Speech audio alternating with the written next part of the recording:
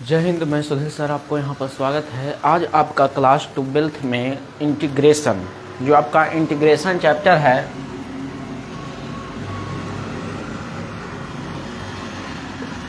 Calculus में दो चीज़ पढ़ना है। पहला है आईसी, दूसरा में है डीसी। आईसी मतलब होता है इंटीग्रेशन कैलकुलस और डीसी मतलब होता है डिफरेंशिएशन कैलकुलस।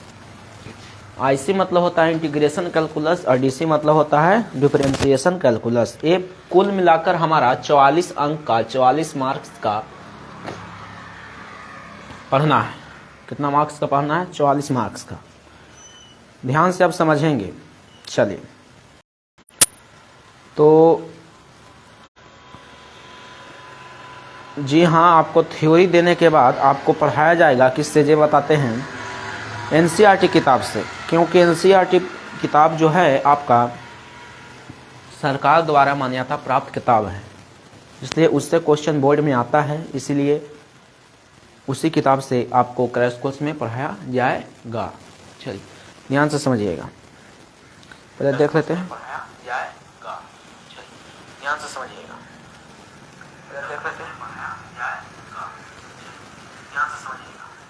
बहुत अच्छा, ठीक है। चलिए बाबू, तो हम अपना चलते हैं टॉपिक पर। हमारा टॉपिक क्या चीज़ है, जो एक बार ध्यान से देखेंगे और ध्यान से पढ़ेंगे तो आराम से समझ में आएगा, ठीक है। कहीं भी कोई दिक्कत या समझने में परेशानी या कोई प्रॉब्लम या कोई टेंशन नहीं होगा। चलिए, तो सभी अपने दोस्तों को क्लास में जोड़िए ताकि जितना स्टूडेंट हैं वो सभी स्टूडेंट जुड़ें। चलिएगा,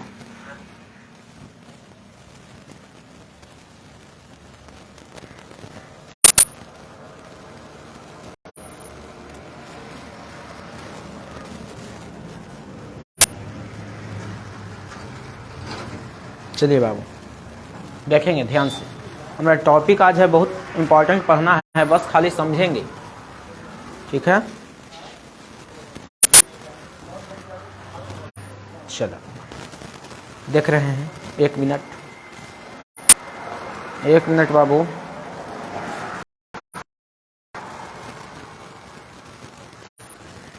सबसे पहले इंटीग्रेशन पढ़ेंगे। सबसे पहले इंटीग्रेशन पढ़ेंगे, यानी आईसी पढ़ेंगे। ध्यान से समझेंगे, हल्का भी नेट प्रॉब्लम है, ध्यान से देखते हैं। तो इंटीग्रेशन हम लोग पढ़ेंगे। इंटीग्रेशन आपको कुल 22 बड़ी बात नहीं है, डीसी समझना एकदम इजी बात है, लेकिन आईसी जो है आपका इंटीग्रेशन समझना बहुत बड़ी बात है, ठीक है। तो आईसी के बारे में सबसे पहले हम देखेंगे बाबू, ध्यान से। सबसे पहले एक बार देख लेते हैं ध्यान से। चलिए बाबू, ध्यान से।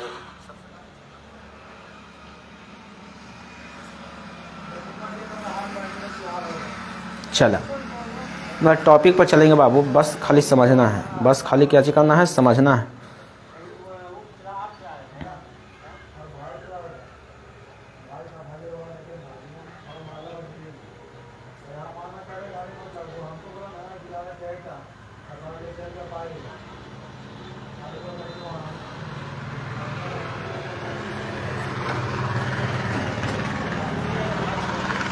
चला, हो गया। देखो बाबू, ध्यान से समझेंगे।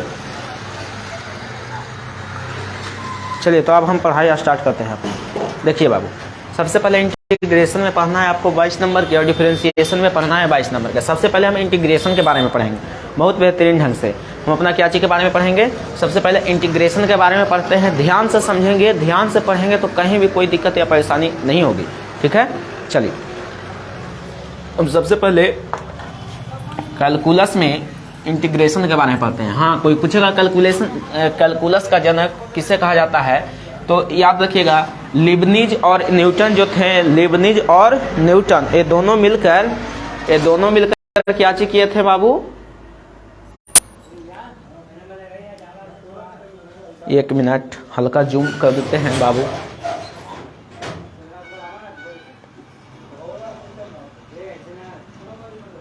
चला, बहुत अच्छा, एक मिनट चला। चलिए,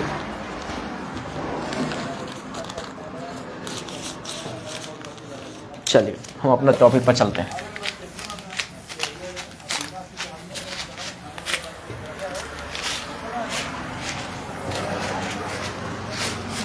चलिए हम अपना टॉपिक देंगे इंटीग्रेशन।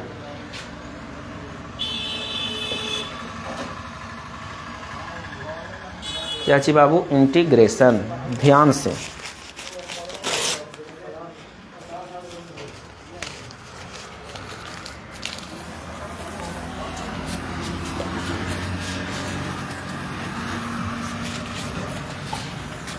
चलिए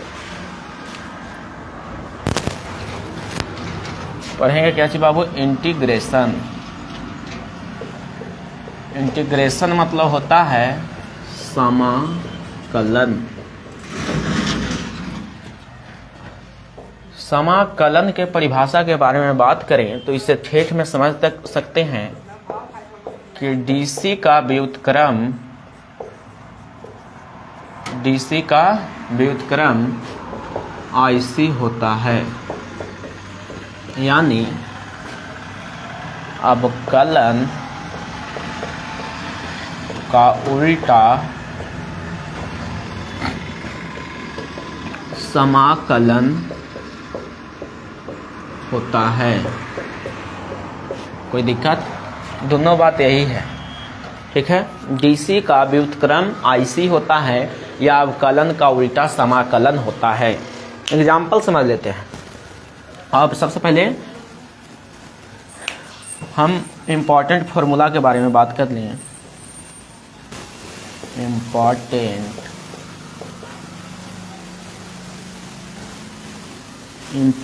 फॉर्मूला।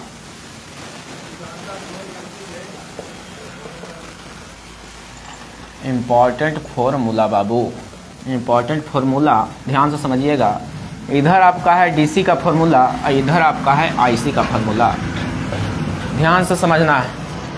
इधर आपका डीसी का फॉर्मूला, इधर आपका आईसी का फॉर्मूला। सबसे पहला एक फॉर्मूला के बारे में बात करें तो पहला फॉर्मूला हुआ इसमें कि एक्स का डीसी क्या होता है। एक्स का डीसी 1 होता है। एक्स का डीसी कितना होता है बाबू? 1। इधर पहला आया कि 1 का इंटीग्रेशन क्या होता है, तो इधर x और प्लस सी जुट जाएगा, कोई दिक्कत? दूसरा फॉर्मूला k के डीसी क्या होता है? k यानी कांस्टेंट, k यानी कांस्टेंट, तो कांस्टेंट के डीसी होता है बाबू 0। कांस्टेंट के डीसी क्या चीज होता है? 0। तो इधर हो जाएगा 0 के अगर कोई इंटीग्रेशन पूछे तो हो जाएगा k प्लस सी, कोई दिक्कत? यानी k हो जाएगा, कोई दिक्कत? अगला फॉर्मूला, तीसरा फॉर्मूला के बारे में बात करेंगे बाबू। तीसरा फॉर्मूला आपका हो गया डी के इंटू एक्स dx। अगर बाबू कांस्टेंट दिल रहे के एक्स दिया हुआ रहे, उसका डीसी पूछे कि डीसी क्या होगा, तो इसका डीसी हो जाएगा सिर्फ के, यानी जितना कांस्टेंट का मान रहेगा वही हो जाएगा। सब पर एकागो ऑब्जेक्टिव क्वेश्चन बनाएंगे, एकागो एग्जाम्पल बनाएंगे, समझ में आ जाएगा। अब देखिए ध्यान से समझेंगे बाबू। अब इधर हो गया कि अगर पूछे कि x के पावर n के डीसी क्या होगा, कोई दिक्कत? या फिर ऐसे कह दें कि x के पावर n के डीसी क्या होगा। ध्यान से समझिएगा, फार्मूला क्या चीज होता है जे। या फिर इधर कह दे कि हाँ k इंटू एक्स का इंटीग्रेशन क्या होगा, k इंटू एक्स का इंटीग्रेशन क्या होगा।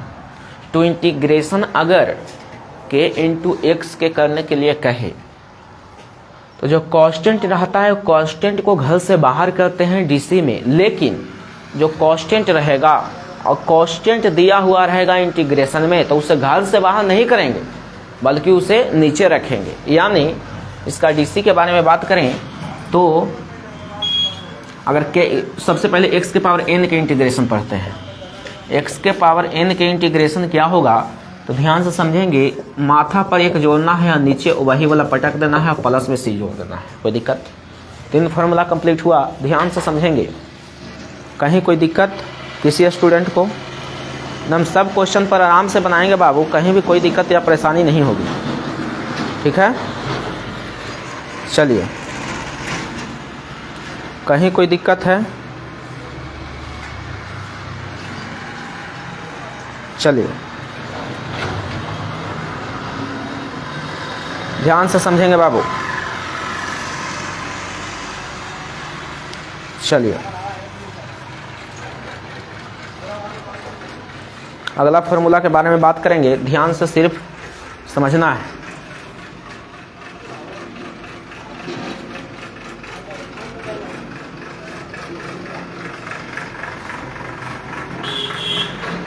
चलिए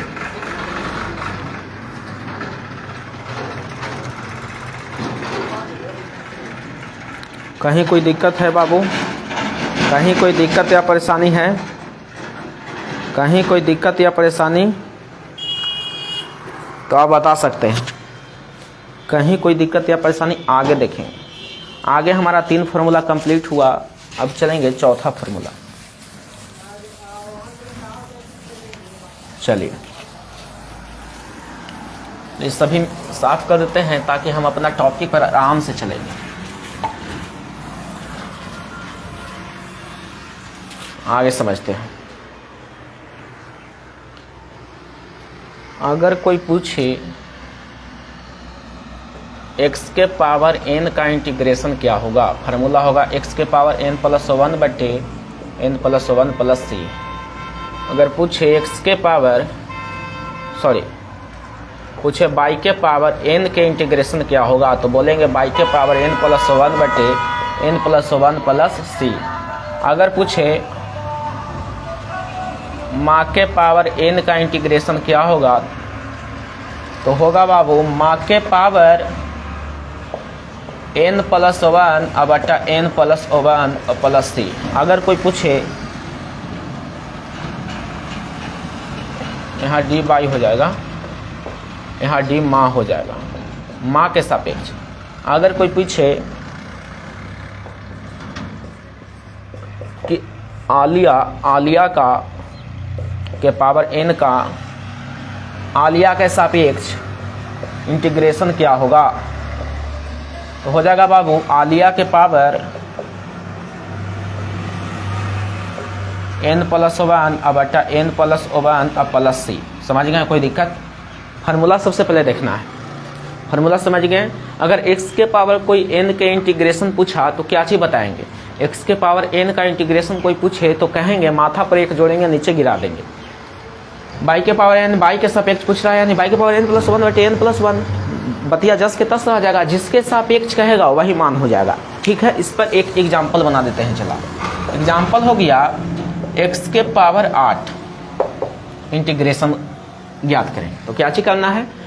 x के पावर माथा पर n है, तो n में 1 जोड़ना है और ओकरे नीचे लिख देना है और प्लस c जोड़ देना है, यानी आ गया x के पावर 9 और बटा 9 और प्लस c।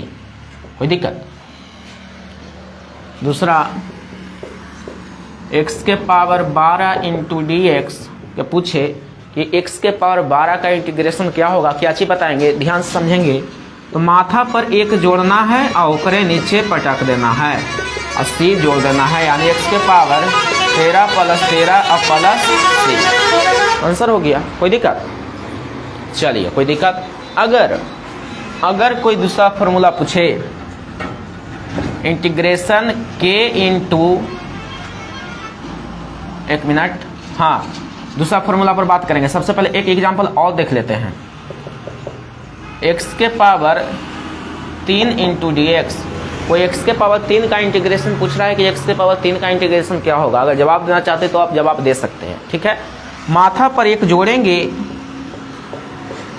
और ओकरे नीचे लिख देंगे और प्लस में जोड़ देंगे c, यानी x के पावर 4 बटे 4 प्लस c। ये हो गया हमारा आंसर। कहीं कोई दिक्कत? अगला फॉर्मूला पर चलेंगे। ये हमारा पहला फार्मूला था।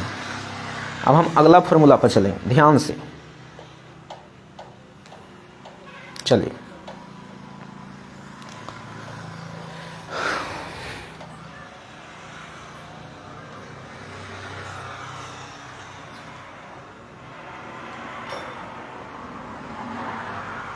चलिए अगला फॉर्मूला,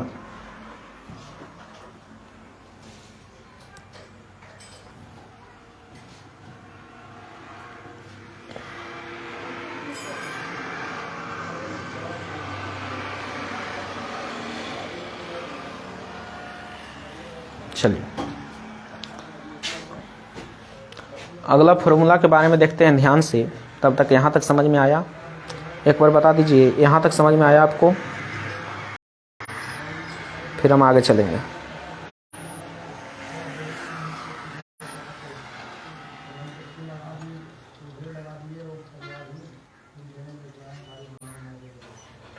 चलिए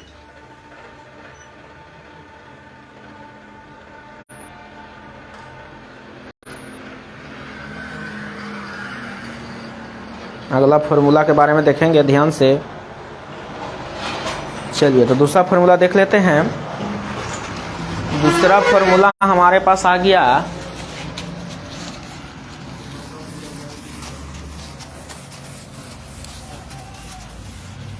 दूसरा फॉर्मूला हमारा पास क्या चीज है ये समझेंगे ध्यान से।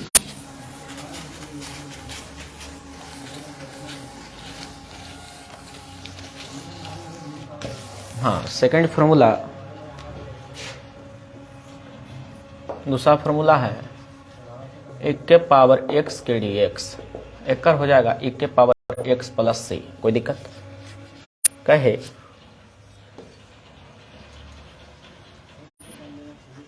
1 के पावर माँ इंटू डी माँ, तो हो जाएगा 1 के पावर माँ प्लस c। 1 के power by into D by, तो एक हो जाएगा 1 के पावर बाई प्लस सी। उसे पूछे 1 के पावर के इंटू एक्स इंटू डी के एक्स, तो एक हो जाएगा 1 के पावर के इंटू एक्स प्लस सी। उसी प्रकार से अगर कोई पूछे 1 के पावर के इंटू एक्स और एक्स के सापेक्ष पूछ रहा है, एक्स के सापेक्ष पूछ रहा है लेकिन है यहाँ के इंटू एक्स, यानी इसका हो जाएगा सबसे पहले तो 1 के पावर एक्स के सबसे पहले तो कांस्टेंट कौन है, एक्स के साथ कौन आया है के, तो उसके के से भागा देंगे। अब जो दिया हुआ रहेगा इंटीग्रेशन करने के लिए उसको लिख देंगे और प्लस में सी जोड़ देंगे। ठीक है, अब एग्जाम्पल के बारे में बात कर लेते हैं। एग्जाम्पल क्वेश्चन पूछ रहा है कि 1 के power 12x into D 12x, कह रहा है कि इंटीग्रेशन कीजिए 1 के पावर 12x के 12x के सापेक्ष डीसी कीजिए, 12x के सापेक्ष 1 के पावर 12x के सापेक्ष डीसी कीजिए, तो क्या चीज हो जाएगा? फार्मूला जस के तस लग जाएगा 1 के पावर 12x प्लस सी 1 के पावर x। लेकिन उसी प्रकार से कोई क्वेश्चन पूछता है कि 1 के power 12x into d x के सापेक्ष 1 के पावर 12x के इंटीग्रेशन कीजिए, तो देखेंगे कि ये खाली कह रहा है x के सापेक्ष, लेकिन यहाँ दिया गया है 12x, तो x के साथ है कौन है? 12 है, तो लिखेंगे 12 से भागा देंगे और जिसको डीसी करने के लिए आईसी करने के लिए रहेगा उसको लिख देंगे और प्लस में सी जोड़ देंगे, ये हो जाएगा हमारा आंसर। उसी प्रकार से अगर अगला एग्जाम्पल के बारे में बात करें तो इंटीग्रेशन 1 के power 25 by into D by के सापेक्ष 1 के पावर 25 वाई के इंटीग्रेशन करने के लिए कह रहा है बाबू। क्या चीज करेंगे? ध्यान समझेंगे तो देखेंगे कि बाई के सापेक्ष यानी बाई के साथ कौन है? 25 है, तो 25 से भागा देंगे और जिसको इंटीग्रेशन करने के लिए कहा है उसको लिखेंगे, तो 1 के पावर 25 बाई और प्लस सी, ये हमारा हो जाएगा आंसर। ये हमारा दूसरा फॉर्मूला कंप्लीट हुआ। चलिए अगला चलेंगे तीसरा फॉर्मूला। आज बिल्कुल 9 फॉर्मूला प्रूव करेंगे, 9 फॉर्मूला के बारे में आज देखेंगे। चलिए, कहीं कोई दिक्कत?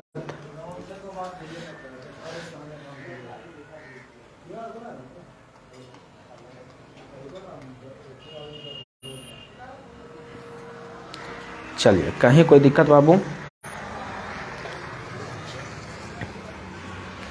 अगला फॉर्मूला के बारे में देखेंगे ध्यान से।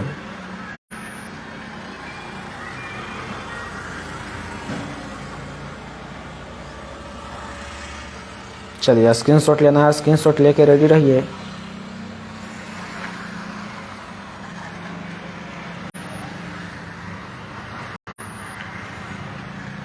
चलिए बाबू आगे हम देखते हैं तीसरा फॉर्मूला।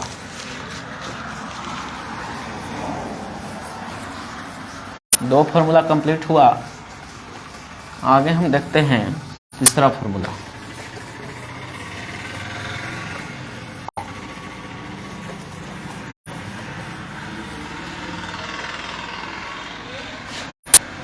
तीसरा फार्मूला आ गया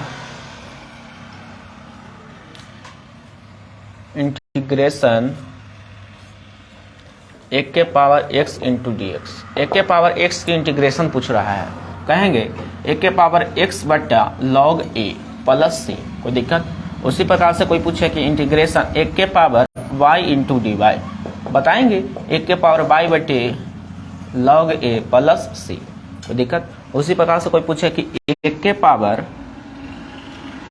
आलिया इंटू डी आलिया, यानी आलिया के सापेक्ष डीसी कीजिए, तो 1 के पावर आलिया अब बटे लॉग क्या हो जाएगा, लॉग ए, कोई दिक्कत, प्लस सी। उसी प्रकार से कोई पूछे कि 1 के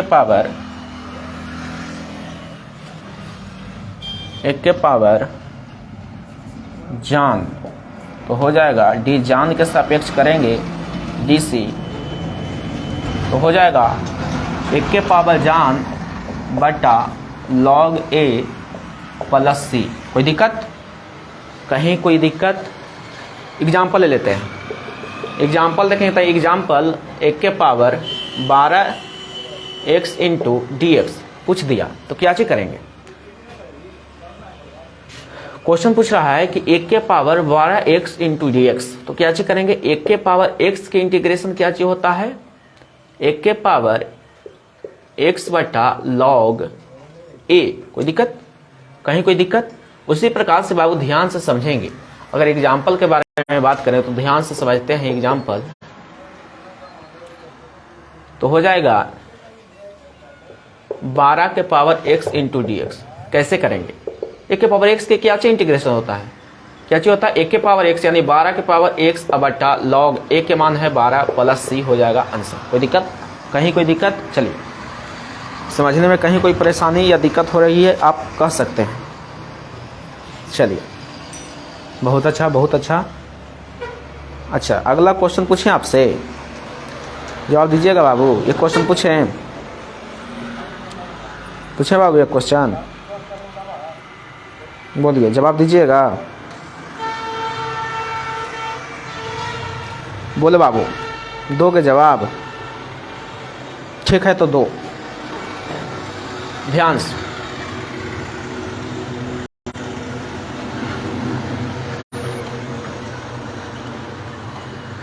चलिए, एग्जाम्पल इंटीग्रेशन 13 के power x into d x, बता दो, तो हो जाएगा 13 के पावर x बटा लॉग a के मान है 13 प्लस सी 80। अगला जवाब आप लोग दीजिएगा, इंटीग्रेशन 15 के power x into d x. जवाब दिया जाए बाबू, जवाब दिया जाए। आपसे क्वेश्चन पूछा जा रहा है, क्वेश्चन पूछा जा रहा है बाबू, क्या चीज़ हो समझिए।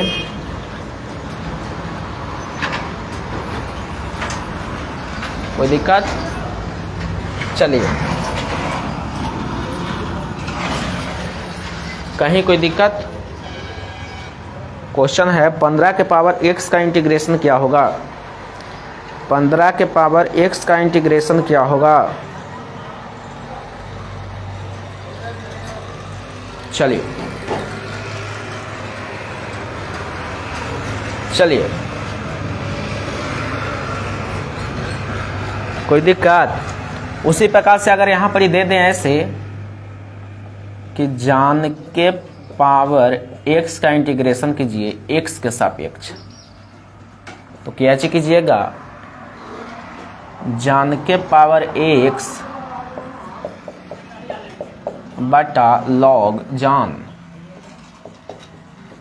कोई दिक्कत, प्लस सी। हाँ, इसको देखते हैं तो हो जाएगा 15 के पावर x बटा लॉग a के मान 15 और प्लस सी 80 आंसर। 3 फार्मूला हो गया बाबू। चौथा फार्मूला में चलेंगे, चौथा फार्मूला में चलेंगे।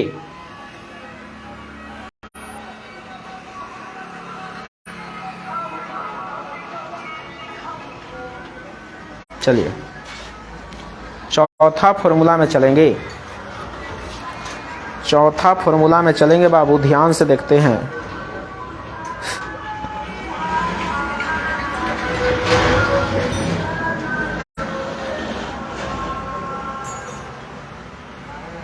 चलिए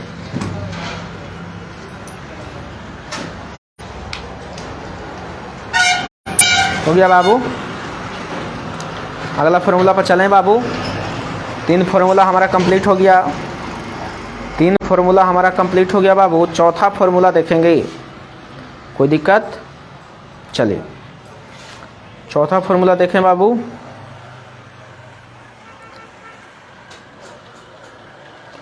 चलिए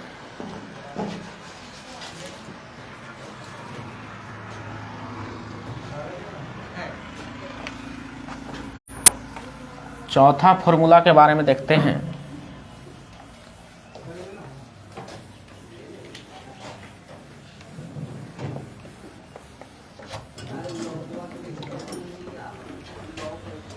ध्यान से बाबू, चौथा फॉर्मूला देख रहे हैं। ध्यान से, सिर्फ ध्यान देना है। ध्यान से ध्यान दे देंगे तो हो जाएगा। चलिए आगे बाबू, ध्यान से।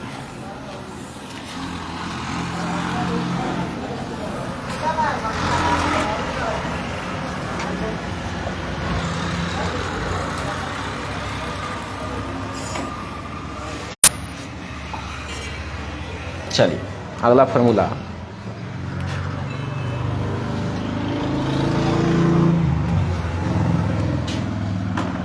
चौथा फॉर्मूला है इंटीग्रेशन इंटू डी एक्स।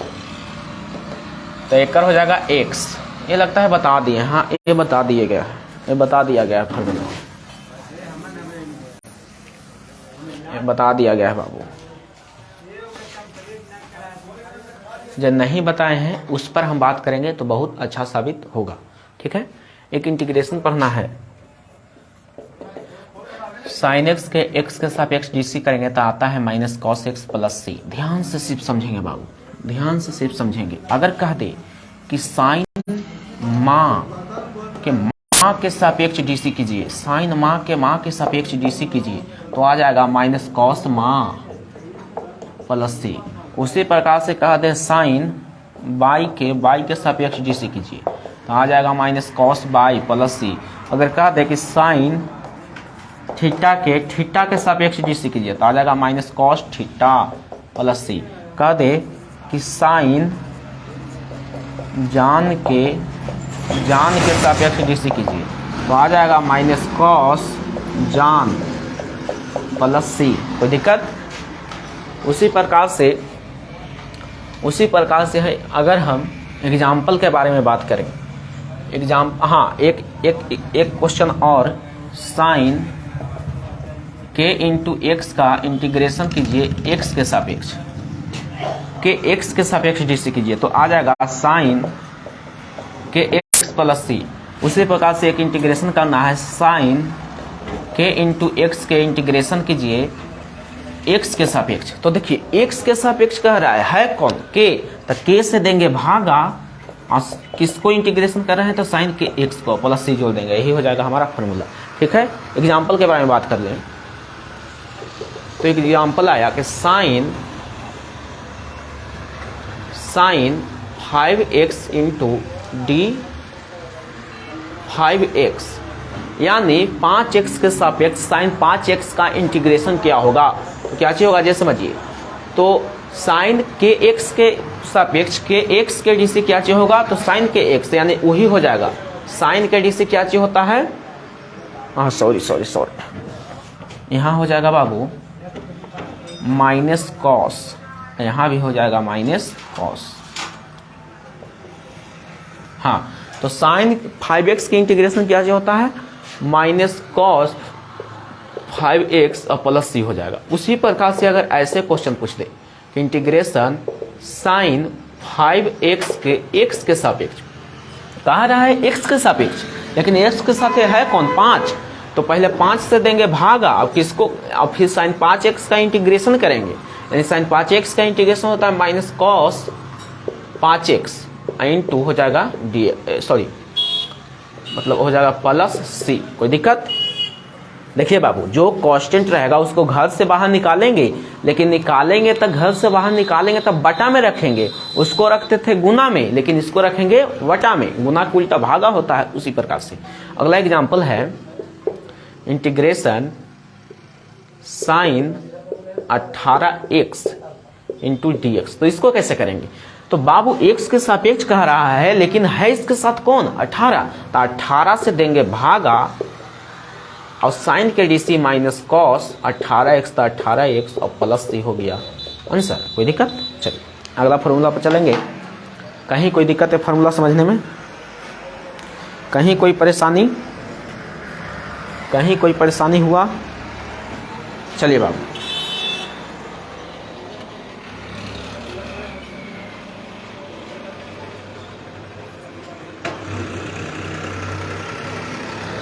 कहीं कोई दिक्कत होगा आप मैसेज कीजिएगा। चलिए, कहीं कोई दिक्कत बाबू?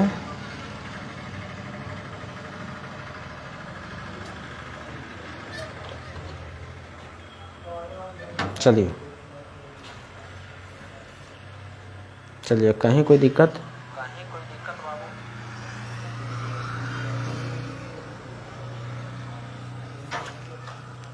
हेलो,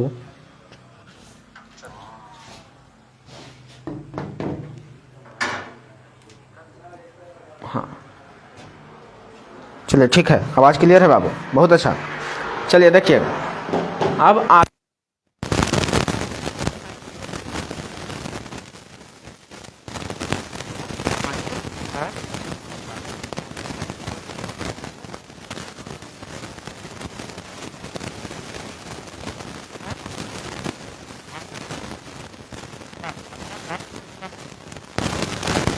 आज के क्लास का अगला लास्ट फॉर्मूला है बाबू, अगला पर खाली ध्यान देते हैं, ठीक है? चलिएगा, अगला फॉर्मूला पर मात्र ध्यान देना है, फिर आपको काम हो जाएगा कंप्लीट, ठीक है? अगला फॉर्मूला पढ़ते हैं। एक फॉर्मूला पढ़ना है बाबू, कॉस एक्स का इंटीग्रेशन। एक है अगला फॉर्मूला जिसका नाम है कॉस एक्स का इंटीग्रेशन। तो कॉस एक्स का अगर इंटीग्रेशन पूछे, ध्यान से बाबू सिर्फ समझना है, लेकिन कैसे? ध्यान। चलिए अगला 5वां हमारा फॉर्मूला आ रहा है इंटीग्रेशन कॉस एक्स का इंटीग्रेशन। तो हो जाएगा इसका खाली साइन एक्स और plus c. Integration cos by का इंटीग्रेशन कोई पूछे बाई के सापेक्ष तो आ जाएगा साइन बाई प्लस सी। ये ए से है, चला ए से है साइन बाई। पूछ रहा है कि कॉस माँ का माँ के सापेक्ष इंटीग्रेशन क्या हो जाएगा? तो हो जाएगा साइन माँ प्लस सी। इंटीग्रेशन कह रहा है कि कॉस जान के सापेक्ष तो हो जाएगा साइन जान प्लस सी। इंटीग्रेशन पूछ रहा है कि कॉस थीटा के सापेक्ष इंटीग्रेशन तो हो जाएगा साइन थीटा प्लस सी। उसी प्रकार से इंटीग्रेशन पूछ रहा है इंटीग्रेशन कि कॉस के इंटू एक्स का इंटीग्रेशन के एक्स के सापेक्ष तो हो जाएगा साइन के एक्स प्लस सी। उसी प्रकार से पूछ रहा है कॉस के इंटू एक्स के सापेक्ष इंटीग्रेशन, लेकिन एक्स के सापेक्ष इंटीग्रेशन तो हो जाएगा साइन के एक्स, लेकिन मिला कौन? के, तक के से देंगे भागा, ठीक है? चलिए ध्यान से समझिएगा, एक एग्जांपल ले लेते हैं। एग्जाम्पल आ गया integration cos 12x into d x. 12x का इंटीग्रेशन x के सापेक्ष क्या होगा? तो x के सापेक्ष x के साथ है कौन? तो 12, तो 12 से देंगे भागा और cos से होता है साइन, तो साइन और 12x तो 12x अब प्लस सी तो सी आंसर, कोई दिक्कत। उसी प्रकार से अगर पूछे इंटीग्रेशन cos 18x के सापेक्ष इंटीग्रेशन कीजिए, 18x के सापेक्ष इंटीग्रेशन कीजिए तो क्या चीज हो जाएगा बाबू, cos 18x के इंटीग्रेशन करेंगे 18x के सापेक्ष तो जस के तस खाली हो जाएगा sin 18x और प्लस सी, कोई दिक्कत। उसी प्रकार से कोई क्वेश्चन पूछ दे integration cos 3x into dx दे दिया, यानी x के सापेक्ष cos 3x के इंटीग्रेशन करने के लिए कहा रहा है, तो ध्यान से समझेंगे। तो x के साथ है कौन, तो 3, तो 3 के लिखेंगे बटा में और cos के डिस्टी होता है sin, तो लिखेंगे sin 3x और प्लस हो जाएगा c, यही हो जाएगा हमारा आंसर, कोई दिक्कत। ध्यान समझिएगा। चलिए आवाज क्लियर है ना बाबू, चलिए आवाज क्लियर होगा, ध्यान समझेंगे। आवाज क्लियर है बाबू, एक बार क्लियर कर दें। चलिए तो हमारा टाइम हो जाएगा बिल्कुल 45 मिनट, हम अपना टाइम से क्लास लिए हैं आज बाबू, ठीक है। 55 हो गया, 9:55। चलिए बहुत अच्छा, चलिए आवाज़ तो क्लियर है, चलिए आवाज़ क्लियर है। एक बात ध्यान से समझिएगा, एक बात ध्यान से समझते हैं। चलिए क्लियर तो है बाबू, एक बात ध्यान से समझेंगे, ठीक है। देखिए अगर कोई cos x का इंटीग्रेशन पूछे तो आप क्या कीजिएगा, देखेंगे कि x के साथ x है, यानी cos x का इंटीग्रेशन sin x हो जाएगा और प्लस c हो जाएगा। cos y के पूछे y के सापेक्ष तो हो जाएगा sin y प्लस c। अगर cos माँ के सापेक्ष इंटीग्रेशन पूछे, अगर cos माँ के सापेक्ष इंटीग्रेशन पूछे तो हो जाएगा sin माँ प्लस c। अगर cos जान के सापेक्ष dc पूछे तो हो जाएगा sin जान प्लस c। अगर cos थीटा का इंटीग्रेशन पूछ रहा है थीटा के सापेक्ष तो हो जाएगा sin थीटा प्लस c, कोई दिक्कत। जिसके सापेक्ष पूछेगा बस देखेंगे उसके साथ कोई है ना, अगर रहेगा तो उसको बटा में लिखेंगे और फिर ऊपर का इंटीग्रेशन करेंगे, फिर आ जाएगा आंसर। उसी प्रकार से अगर पूछे कि cos 18x का इंटीग्रेशन क्या चीज होगा तो क्या चीज करेंगे, देखेंगे कि cos 18x के साथ 18x का इंटीग्रेशन पूछ रहा है तो जस के तस उसको इंटीग्रेशन कर देंगे। अगर cos 12x के पूछ रहा है इंटीग्रेशन x के सापेक्ष तो क्या चीज करेंगे, तो सबसे पहले देखेंगे कि x के साथ है कौन 12, तो 12 से देंगे भागा और cos 12 के इंटीग्रेशन क्या होता है sin, तो यानी sin 12x/12 प्लस c हो जाएगा, यह हमारा हो जाएगा आंसर। तो आज का क्लास इतना ही रहने देते हैं, कल के क्लास में मिलेंगे बहुत बेहतरीन ढंग से, बिल्कुल अच्छा ढंग से कल के क्लास आपको चलेगा। आज के क्लास में हमें आशा है कि आपको पूर्ण रूप से समझ में आया होगा, ठीक है। चलिए एक बार कहीं दिक्कत है तो आप पूछ सकते हैं, नहीं तो आप उतार लीजिए, नहीं तो स्क्रीनशॉट ले लीजिए।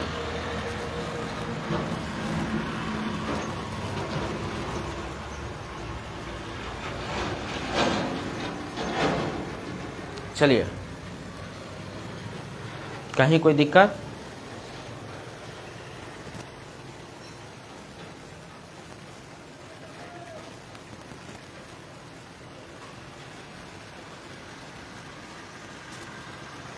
चलिए कहीं कोई दिक्कत है बाबू, एक बार देख लेते हैं। कहीं कोई दिक्कत रहेगा आप पूछ सकते हैं। चलिए कहीं कोई दिक्कत है आप पूछ सकते हैं बाबू।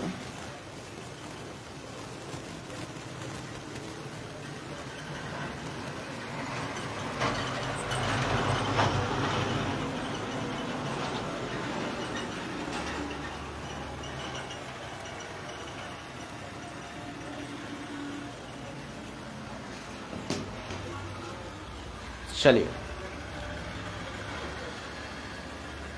ध्यान से समझिएगा, मंजिल उन्हीं को मिलती है जिनके सपनों में जान होती है, कि मंजिल उन्हीं को मिलती है जिनके सपनों में जान होती है, हौसलों से कुछ नहीं होता, सपनों से उड़ान होती है। ध्यान से समझिएगा, कहीं कोई दिक्कत। चलिए कहीं कोई दिक्कत है तो आप पूछ सकते हैं।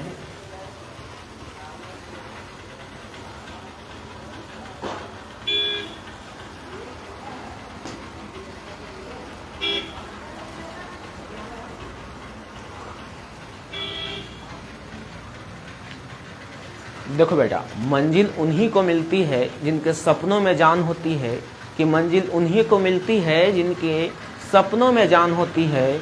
हौसलों से कुछ नहीं होता, हौसलों से उड़ान होती है। ध्यान से समझिएगा। चलिए,